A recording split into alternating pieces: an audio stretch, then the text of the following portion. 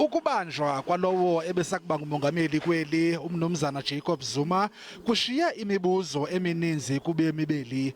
Uninzi labantu luyayizibula into yokuvalelwa komuntu obefudula engumongameli welizwe yaye linomdla wokwazi ukuba ingaba lo kwaZuma uza kuhlala phantsi kweemeko ezinjani ngaphakathi apho kwanongqongqo. The former president will be placed in isolation for a period of 14 days.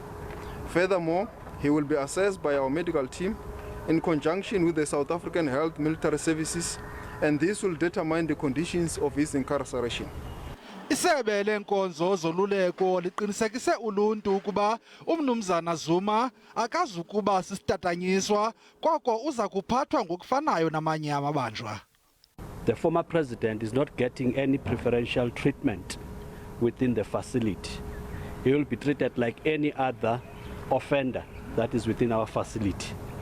Ngokomthetho wesebe lezoluleko umnumzana Zuma uza kuba kwikhabathiso lokufumana ingqawule xa sele echithe ikota yesigqibo sakhe yaye elisebe lithi liza kuthobela nasiphi isigqibo senkundla nanjengoko lo kaZuma ecele inkundla yomgaqo-siseko ukuba ike isiphonononge esi sigwebo imnike sona.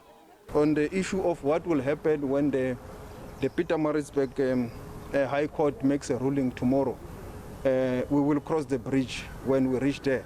Ngomso inkundla ephakamileyo yasemgungundlovu kulindeleke ukuba iwise isigwebo kwisicelo ebesifakwe ngamagqwetha kaloka Zuma sokuba angayi entolongweni. Ngelixa ngomvulo inkundla yomgaqo-siseko iza kuchophela isicelo sakhe sokuba iphonononge esi sigwebo imnike sona.